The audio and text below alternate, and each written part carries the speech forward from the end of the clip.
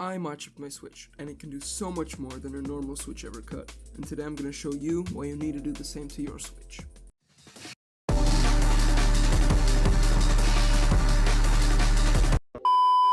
Now to actually be able to pull this off, you're going to need a Switch, a nice soldering iron, and the chip itself, which you can get for like $14 off of AliExpress. It's kind of hard to solder, but it's nothing too crazy. Now if you've successfully modded your Switch, you're going to have access to a whole range of options, such as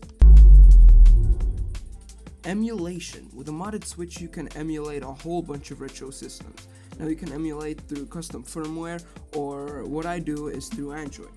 NES runs flawlessly.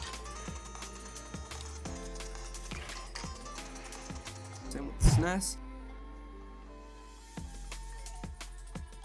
GBA,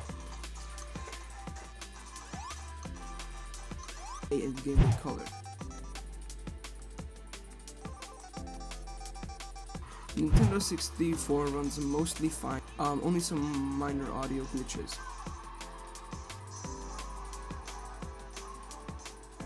Now this isn't meant to be a tutorial, but setting up emulation is extremely easy. There are a bunch of tutorials, and also it's just pretty much just downloading an app through the App Store on Android. So next up we have Homebrew. Now this here is mostly the main attraction for people who want to mod chip their Switch or any other console.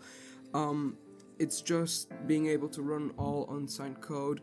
There is huge community support, and you can just download a whole bunch of cool software through the Homebrew App Store.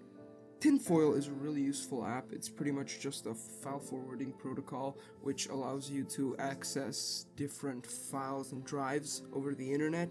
It can be used as a very nice tool for getting Homebrew, but it can also be used for piracy. Piracy, that's a big issue here, and I don't condone it. But it's a thing that a lot of people do, and it's a shame because that's the main reason why Nintendo cracks down on this. Which brings me to my next point, Nintendo. Now Nintendo isn't really a fan of this whole operation because they're losing out on money because a whole lot of people use this to pirate games.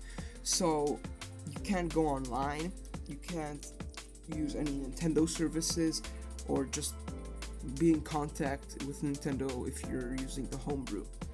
Now, you can still access your old Switch, like the unmodded, which is pretty cool. Like, you have two systems, you have your modded and your unmodded. So, there's not really a downside. You can still play signed code. Now, this one here is probably the least appealing, being customization. With a modded Switch, you can unlock a range of customization options, mainly custom themes. The cool part about it is that you can make your own themes really easily. If you want, I can make a tutorial for y'all. Themeser.net is a really cool site where you can go, share, and download Switch themes. Now, getting the themes to work is kind of finicky. For me, it was just because I was doing it wrong and I'm a dumbass. It was pretty easy going after I figured it out. This year for me was the big one, the main reason why I personally wanted to mod my Switch, and that was Android.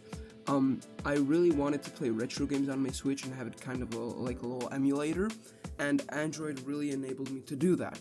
It also allowed me to play Android games, but that didn't really work well. They run like shit.